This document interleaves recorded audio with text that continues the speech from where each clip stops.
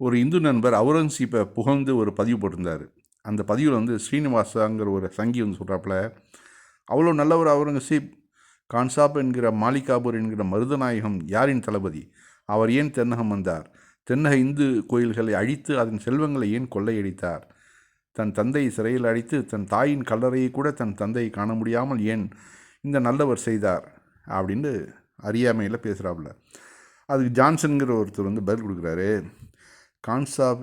கான்சாஹிப் மாலிகாபூர் இருவரும் வேறு வேறு, ரெண்டு பேருடைய இதுவும் அவுரங்கசீப்போட தொடர்பு கிடையாது அப்படிங்கிறாரு.